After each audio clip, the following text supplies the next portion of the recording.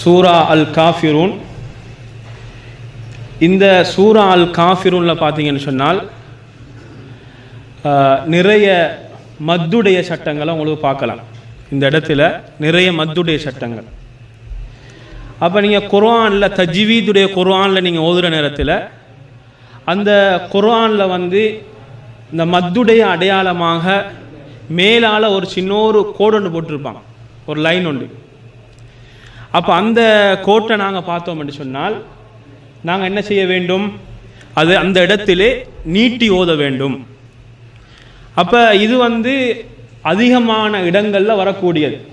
அப்போ அந்த தவறு என்ன செய்யக்கூடாது, பிறகு நாங்கள் குர்ஆனை ஓதுகிற நேரத்தில் எங்களுக்கு வரக்கூடாது. அப்போ அந்த பகுதியை நாங்கள் என்ன செஞ்சு கொள்ள வேண்டும், கவனித்து கொள்ள வேண்டும்.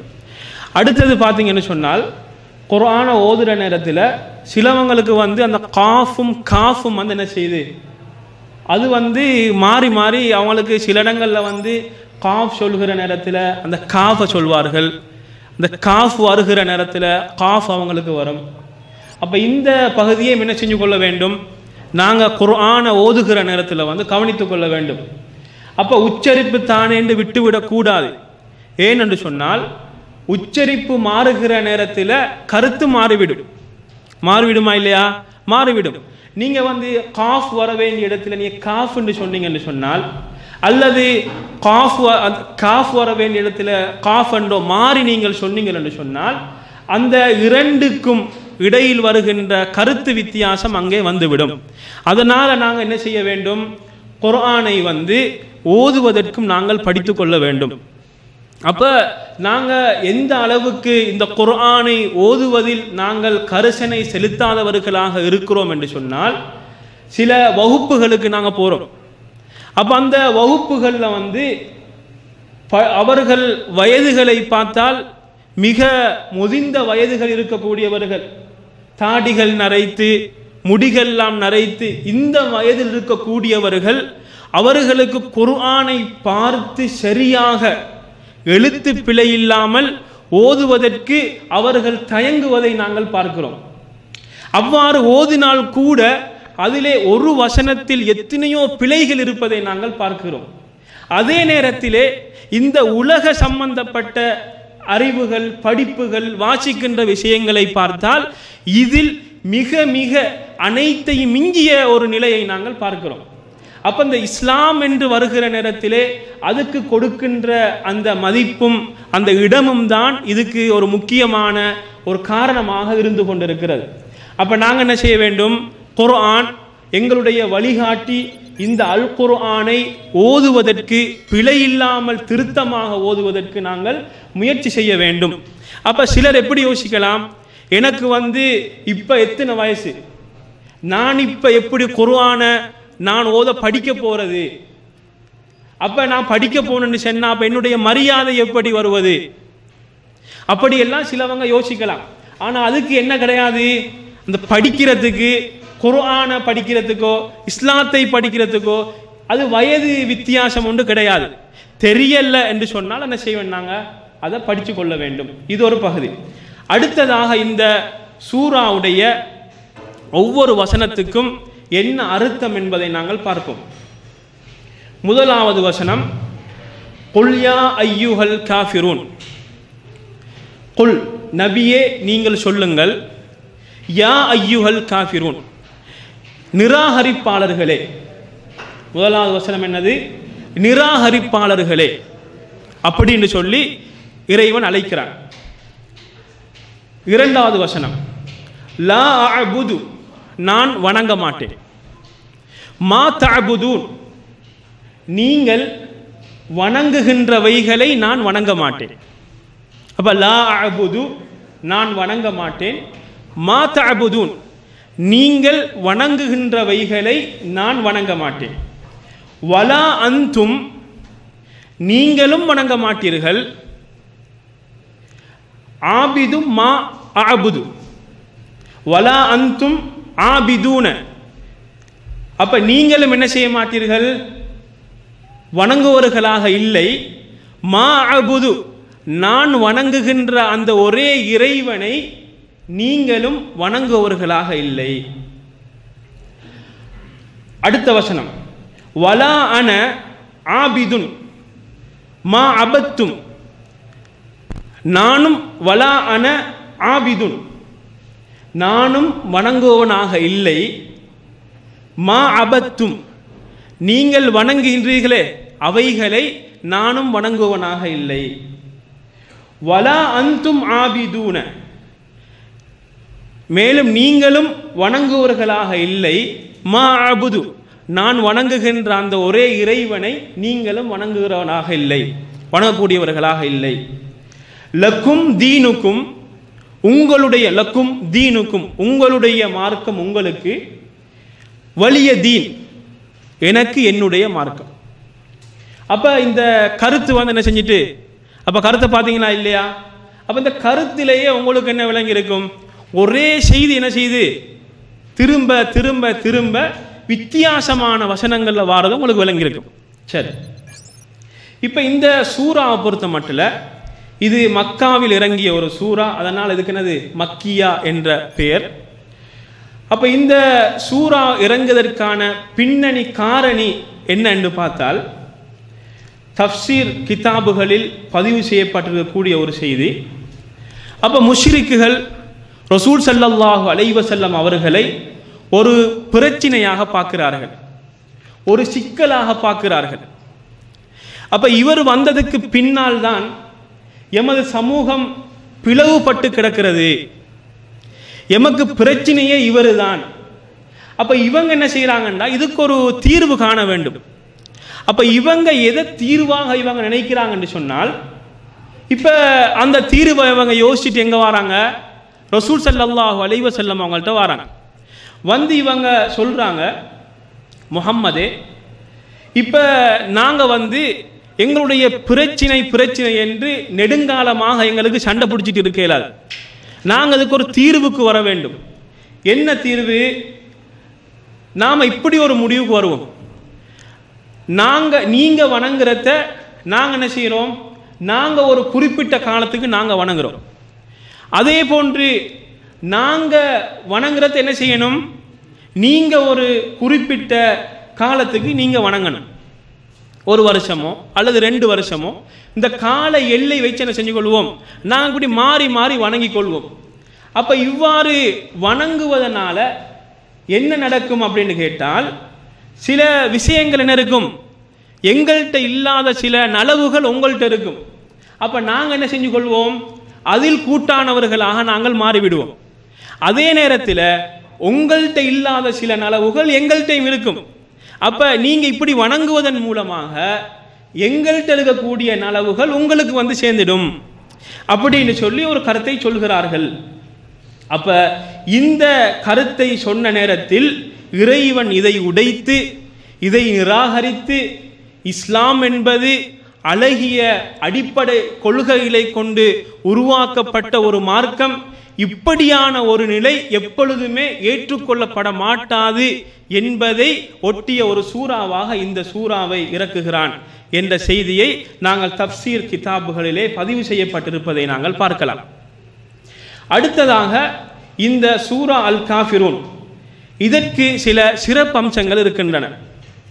இந்த சிறப்பம்சங்களில் முதலாவது விடயம், முஸ்லிம்லே பதிவாக இருக்கக்கூடிய இந்த ஹதீஸ், ஜாபிர் ரலியல்லாஹு அன்ஹு அவர்கள் அறிவிக்கிறார்கள், ரசூல் ஸல்லல்லாஹு அலைஹி வஸல்லம் அவர்கள் இந்த சூரா, அதாவது குல் யா அய்யுஹல் காஃபிரூன் என்று சொல்லக்கூடிய இந்த சூறாவையும், அதே போன்று குல் ஹுவல்லாஹு அஹத் இந்த சூறாவையும் தவாஃபுடைய 2 ரக்காத்திலும் ரசூல் ஸல்லல்லாஹு அலைஹி வஸல்லம் அவர்கள் ஓதினார்கள் என்ற செய்தியை நமக்கு சொல்கிறார்கள்.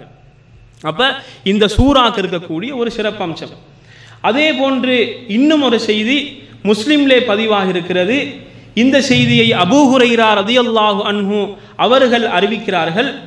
ரசூல் ஸல்லல்லாஹு அலைஹி வஸல்லம் அவர்கள் ஃபஜ்ருடைய 2 ரக்காத்துகள் இருக்குதா இல்லையா, சுன்னத்தான 2 ரக்காத்துகள், அந்த 2 ரக்காத்துகளிலும் இந்த சூரா குல் யா அய்யுஹல் காஃபிரூன் இந்த சூறாவையும், அதே போன்று குல் ஹுவல்லாஹு அஹத் சூரத்துல் இஹ்லாஸ் இதையும் ரசூல் ஸல்லல்லாஹு அலைஹி வஸல்லம் அவர்கள் ஓதினார்கள் என்ற செய்தியை அவர்கள் சொல்கிறார்கள். அதே போன்று இன்னும் ஒரு சிறப்பு, அப்துல்லாஹ் இப்னு உமர் ரலியல்லாஹு அன்ஹு அவர்கள் கூறுகிறார்கள், நான் ரசூல் ஸல்லல்லாஹு அலைஹி வஸல்லம் அவர்களை நான் அவதானித்து வந்திருக்கிறேன். அவர்கள் 24 தடவைகள் அல்லது 25 தடவைகள் ஃபஜ்ருடைய முந்தின 2 சுன்னத்தான 2 ரக்காத்துகளிலும் அவர்கள் ஓதி வந்ததை, எதை, இந்த 2 சூறாவையும் ஓதி வந்ததை நான் இத்தனை தடவைகள் நான் அவதானித்திருக்கிறேன் என்ற அந்த செய்தியை அவர்கள் எமக்கு பதிவு செய்கிறார்கள். அப்ப இந்த சூராவுடைய மிக சிறப்பான அம்சங்கள் இதுவாக இருந்து கொண்டிருக்கின்றன. அதே போன்று ரசூல் ஸல்லல்லாஹு அலைஹி வஸல்லம் அவர்கள் சொல்கிறார்கள், நீர் தூங்குவதற்காக வேண்டி சென்று விட்டால் சூரா அல் காஃபிரூனை நீ ஓது என்று சொல்கிறார்கள். சூரா அல் காஃபிரூன். அப்ப அந்த சூரா அல் காஃபிரூனை கடைசி வரைக்கும் இறுதி வரைக்கும் ஓதிவிட்டால் நீ ஷிர்க்கை விட்டும் நீங்கியவன் என்ற ஒரு தரத்தில் நீ வந்து விடுவாய் என்ற செய்தியையும் ரசூல் ஸல்லல்லாஹு அலைஹி வஸல்லம் அவர்கள் எமக்கு சொல்லித் தருகிறார்கள். ஆகவே சூரா அல் காஃபிரூனுடைய இந்த விடயங்களை நாங்கள் சிறப்பம்சங்களாக நாங்கள் எடுத்துக்கொள்ளலாம். அதே போன்று இந்த சூரா அல் காஃபிரூன், இந்த சூராவினுடைய ஒவ்வொரு வசனமும் எமக்கு எதை உணர்த்துகிறது, எதை சொல்கிறது என்பதை நாங்கள் பார்ப்போம். முதலாவதாக குல் யா ஐயுஹல் காஃபிரூன். அப்ப இதனுடைய கருத்து தெரியும். குல், நபியை நீங்கள் சொல்லுங்கள், யா ஐயுஹல் காஃபிரூன், எப்படி அவங்களை அழையுங்கள், காஃபிர்களே, நிராகரிப்பாளர்களே என்ற அந்த வசனம். அப்ப இந்த வசனத்தை பொறுத்த மட்டில் இந்த பூமியில் இருக்கின்ற அனைத்து காஃபிர்களுக்கும் உரிய ஒரு அழைப்பாக அது இருக்கிறது. யார் யாரெல்லாம் நிராகரிப்பாளர்களாக இந்த பூமியில் வாழ்ந்து கொண்டிருக்கிறார்களோ அனைவருக்குமே இந்த அழைப்பு சேரும். அதே நேரத்தில் அந்த நேரத்தில் இந்த சூரா இறங்குகிற நேரத்திலே இது யாரை பார்த்து இந்த அழைப்பு இருந்தது? யாரை பார்த்திருந்தது? மக்கா காஃபிர்கள், குறைஷிகளை பார்த்திருந்தது, மக்கா காஃபிர்களை பார்த்திருந்தது. அப்படி இருந்தாலும் ஆனால் இந்த அழைப்பு யாருக்கு? அனைத்து காஃபிர்களையும் சார்ந்ததாக இருக்கிறது. அதே போன்று இரண்டாவது வசனம், லா அபுது மா தஅபுதூன், நான் வணங்க மாட்டேன், மா தஅபுதூன், நீங்கள் வணங்குவவற்றை நான் வணங்க மாட்டேன்.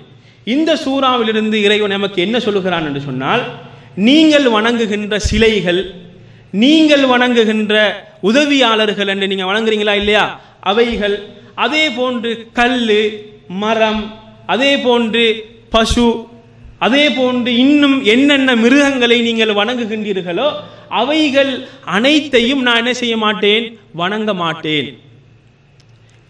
தெளிவாக என்ன, தெளிவான இந்த செய்தியை நீங்கள் அவங்களுக்கு சொல்லுங்க. என்னது? தெளிவான ஒரு செய்தியை நீங்க அவங்களுக்கு சொல்லுங்க.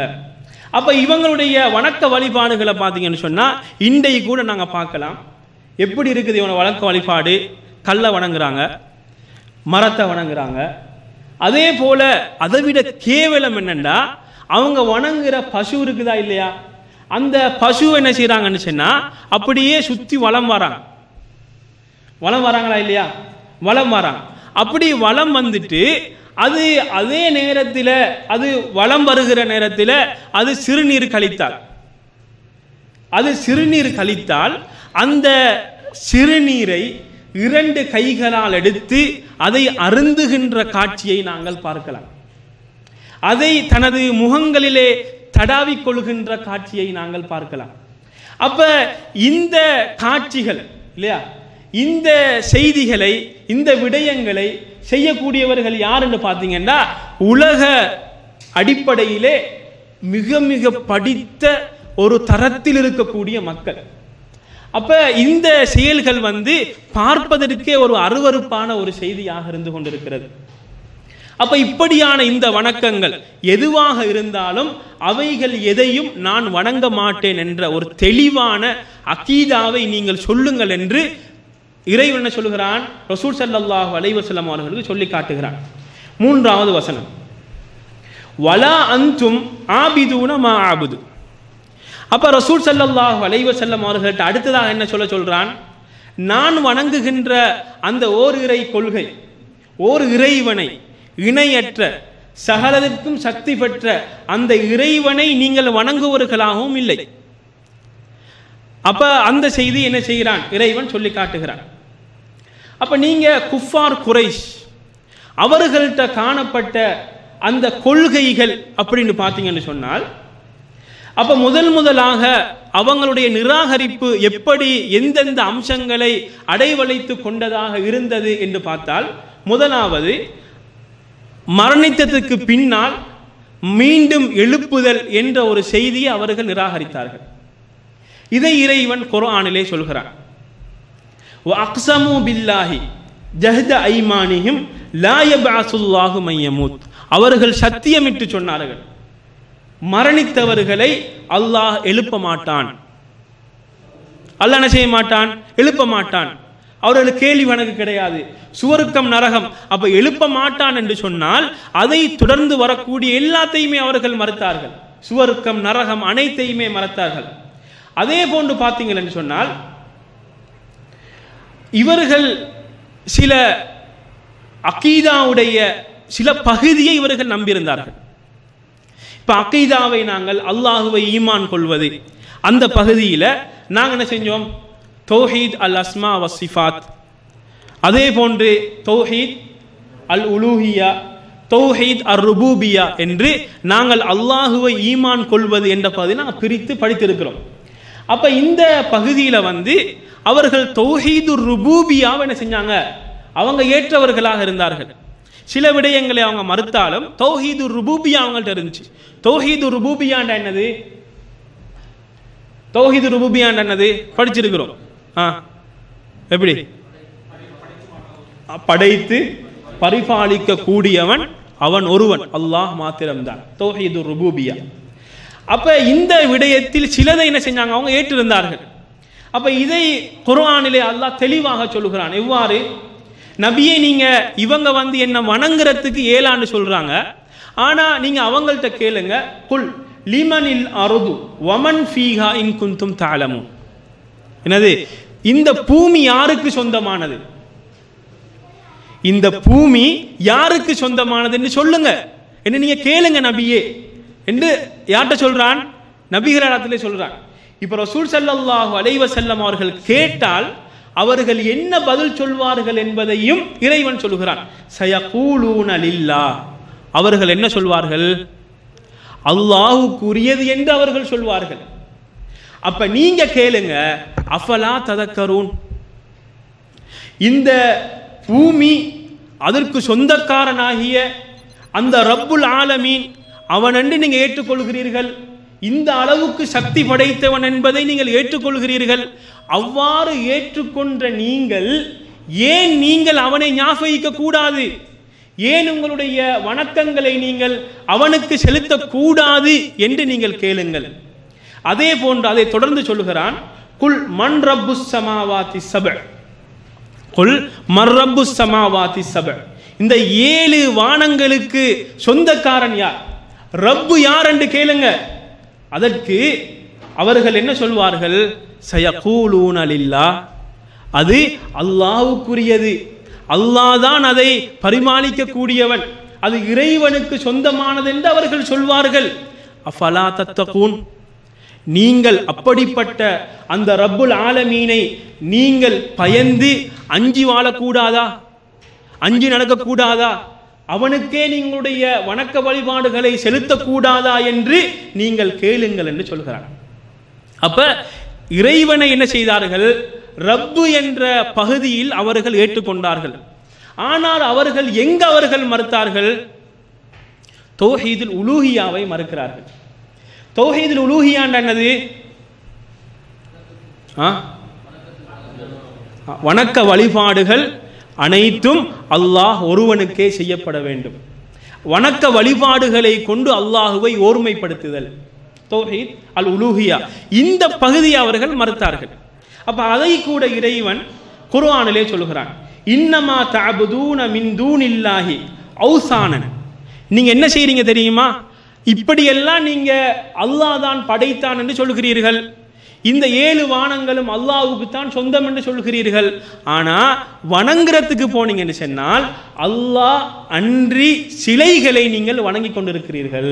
அது மாத்திரமல்ல, வதஹ்லுகூன இஃப்கன், அந்த சிலைகளுக்கு நீங்களாகவே என்ன செய்றீங்க, பல இட்டுக்கட்டப்பட்ட வரலாறுகளை நீங்கள் அப்படியே கட்டி விடுகிறீர்கள், நீங்களே உருவாக்கி கொள்கிறீர்கள். நீங்களே அதற்கு அந்த சக்தி இருக்கிறது, இந்த சக்தி இருக்கிறது, அது இவ்வாறு செய்கிறது என்ற செய்திகளை எல்லாம் நீங்களாகவே உருவாக்கி கொள்கிறீர்கள் என்பதை இறைவன் இந்த இடத்திலே அவர்களுக்கு சொல்லி காட்டுகிறான்.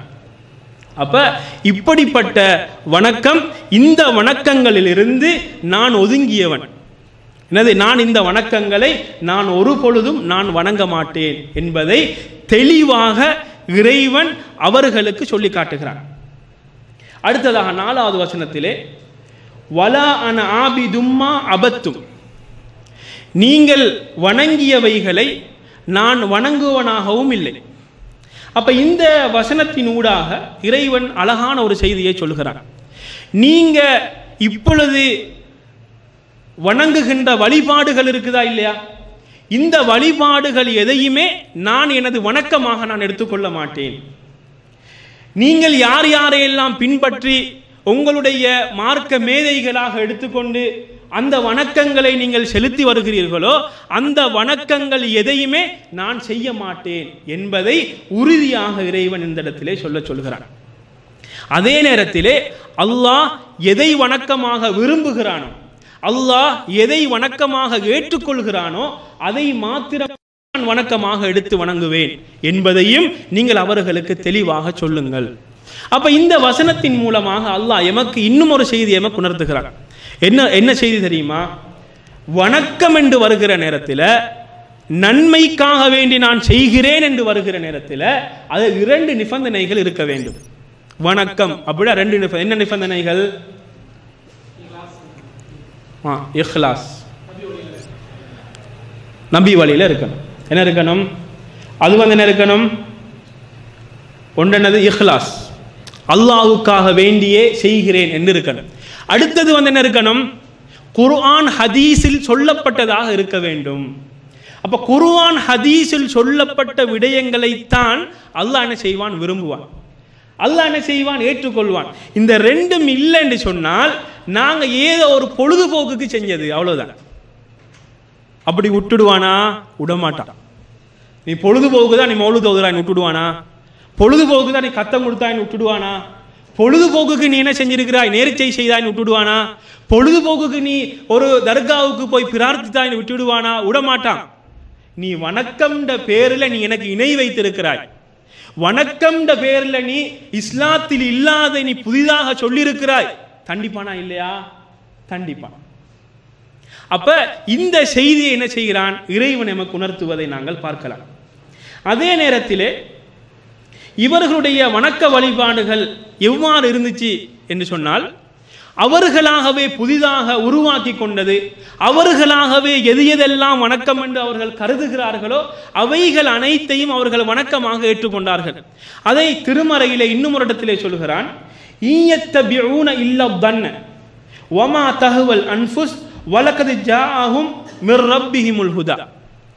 அப்ப இறைவன் சொல்கிறான், அவர்கள் எதை அவர்கள் பின்பற்றுகிறார்கள் என்று சொன்னால், அவர்கள் இது நல்லதென்று கருதுகிறார்களா இல்லையா, இது நல்லதாக இருக்கும் அப்படின்னு கருதக்கூடிய விடயங்கள், நினைக்கக்கூடிய விடயங்கள், இவைகளைத்தான் அவர்களுடைய மார்க்கமாக பின்பற்றி கொண்டிருக்கிறார்கள். அப்ப இவைகளுக்குரிய ஆதாரம் என்ன? இதை எங்கிருந்து எடுத்தார்கள், இதை யார் சொன்னது அப்படின்னு சொல்லி அலசி ஆராய்ந்து போனால் கடைசியில் என்ன இருக்காது? எதுவுமே இருக்காது, பூஜ்ஜியமாக தான் இருக்கும். இப்போ இவங்க என்ன செய்வாங்க? காஃபிர்கள் ஒரு வணக்கத்தை செய்கிறாங்க. அப்போ இது வணக்கம் என்று சொல்லி உங்களுக்கு யார் சொன்னதுன்னு கேட்டால், அப்போ அவங்க என்ன சொல்லுவாங்க? ஒரு அவங்களுடைய ஒரு ஆசாமி இல்லையா, ஒரு சாமியை காட்டுவாங்க, அவர் தான் சொன்னார் இது வணக்கம், இப்படி செஞ்சீங்கன்னு சொன்னால் இந்தந்த ரோகங்கள்லாம் பெய்த்திடும், இந்தந்த நோய்கள்லாம் குணமாவிடும், இந்தந்த கஷ்டங்கள்லாம் நீங்கிடும் அவர் சொன்னார். அப்படியா? அவர்கிட்ட போய் விசாரிச்சா உங்களுக்கு எப்படி? இல்லை நான் அப்படி நினைக்கிறேன்னு, நான் அப்படி அப்படி நான் நினைச்சேன். அது நீ நினைக்கிறதை வணக்கமாக ஏற்று நடப்பதற்கு உனக்கு என்ன தகுதி இருக்கிறது? அப்ப வணக்க வழிபாடுகள் ஒரு மனிதன் எவ்வாறு இந்த உலகத்தில் படைத்த ரப்புல் ஆலமீனுக்கு வணக்க வழிபாடுகள் செய்ய வேண்டும் என்பதை யார் வகுக்க வேண்டும்? அல்லாஹ் தான் வகுக்க வேண்டும். அதனால தான் பார்க்கலாம், எங்களுடைய இஸ்லாத்துக்கு ஒருவர் நுழைய வேண்டும் என்று சொன்னால் அந்த புனித கலிமாவை சொல்லி வர வேண்டும். அது என்ன கலிமா? அது லா இலாஹ இல்லல்லாஹ் முஹம்மதுர் ரசூலுல்லாஹ் என்ற கலிமா. இந்த வசனத்திலேயே இறைவன் விளங்கப்படுத்துகிறான். இதுதான் வணக்கம் என்பது, இதுதான் வணக்கம். வணக்கம் என்பது இப்படித்தான் இருக்க வேண்டும். லா இலாஹ இல்லல்லாஹ் லா மஅபூத பிஹக்கின் இல்லல்லாஹ். உண்மையிலே வணங்குவதற்கு தகுதியானவன் அல்லாஹுவை தவிர வேறு யாருமே கிடையாது. அந்த வணக்கத்தை யார் காட்டித்தர வேண்டும்? ரசூல் ஸல்லல்லாஹு அலைஹி வஸல்லம் அவர்கள் அல்லாஹ்விடத்திலிருந்து எமக்கு தருவார்கள். குர்ஆனின் மூலமாக அல்லது ரசூல் ஸல்லல்லாஹு அலைஹி வஸல்லம் அவர்களுக்கு கொடுக்கப்படுகின்ற வஹீயின் மூலமாக அவர்கள் எமக்கு கற்றுத்தர வேண்டும். இதுதான் வணக்கம், இப்படித்தான் இருக்க வேண்டும் என்பதை இந்த வசனத்தினூடாக நமக்கு தெளிவாக இறைவன் சொல்லி காட்டுகிறான். அடுத்ததாக 6வது வசனம், லக்கும் தீனுக்கும் வலியதி. இவ்வாறு இவர்கள் முரண்டு அதே போன்று கட்டுப்படாத சூழ்நிலையிலே, கட்டுப்படாமல் இருக்குகின்ற அந்த வேளையிலே என்ன தெரியுமா? லக்கும் தீனுக்கும் என்னது? அவர்கள் அவர்களுடைய அந்த வழிபாடுகளை கலக்க வருகிற நேரத்திலே, அல்லது எங்களிடத்தையும் எங்களுடைய வணக்கத்தையும் நீங்கள் வணக்கமாக எடுத்து நடங்கள், அல்லது அப்படி ஒரு சந்தர்ப்பம் வருகிற நேரத்தில் லக்கும் தீனுக்கும் வலிய தீன், எங்களுடைய மார்க்கம் எங்களுக்கு, உங்களுடைய மார்க்கம் உங்களுக்கு. அதை குர்ஆனிலே இன்னும் சில இடங்களிலே இறைவன் சொல்லுகிறான். வ இன் கஸபூக, நபியே உங்களை அவர்கள் பொய்ப்பித்தால், என்ன சந்தர்ப்பம் அது? உங்களை அவர்கள் பொய்ப்பிக்கிறார்கள்.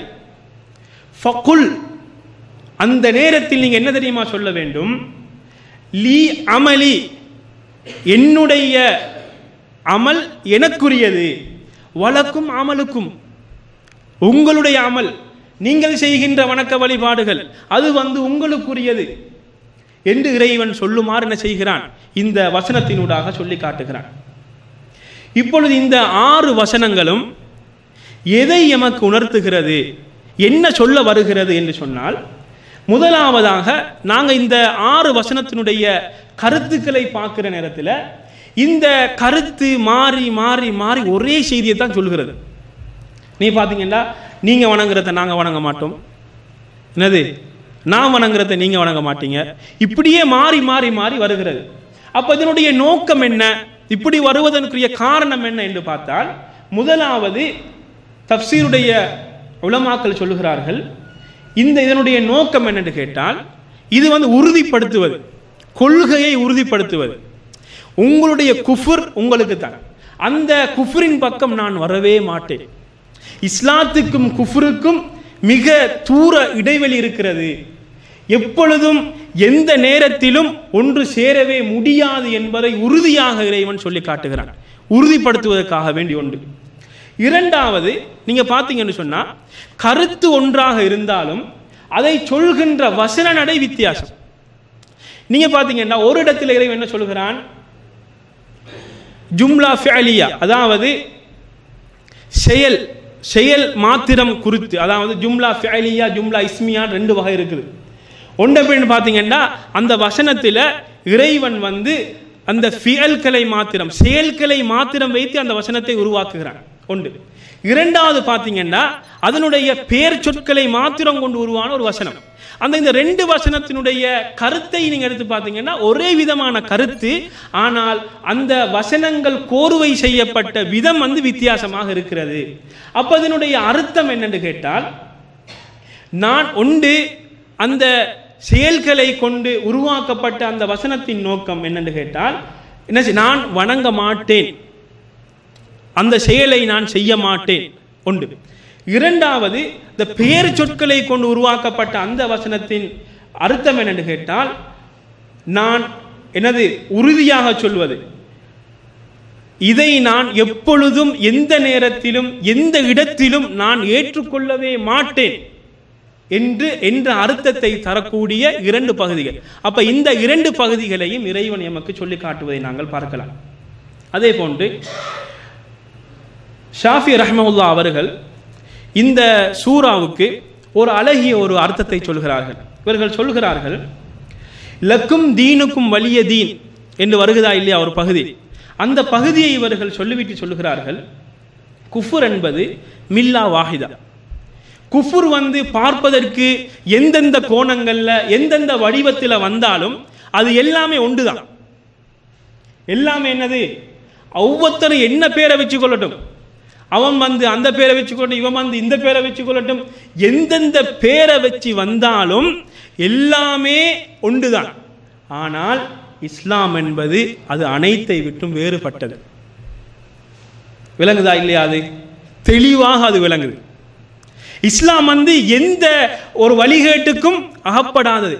ஆனா நீங்க நிராகரிப்பை பார்த்தீங்கன்னு சொன்னா, இவன் என்ன செய்யறான், இவன் வணங்குற சில அங்கேயும் இருக்குது, அவன் வணங்குற சில இங்கேயும் இருக்குது, ஆனா அவங்க வேற பேரு. இஸ்லாம் அப்படி கிடையாது. அகீதா, தூய அகீதா, தூய இஸ்லாமிய அடிப்படை கொள்கை, இது எங்கேயுமே அங்க காண முடியாது. தவறில் இந்த கொள்கைகள் ஒன்றுமே காண முடியாது. அப்படி ஒரு தூய அகீதா இருக்கிறது என்பதை இமாம் ஷாஃபி ரஹிமத்துல்லாஹ் அவர்கள் அழகாக இந்த இடத்திலே சொல்லி காட்டுகிறார்கள். அதே நேரத்திலே இந்த சூராவிலிருந்து நாங்கள் படிக்க வேண்டிய சில முக்கியமான செய்திகள். முதலாவது,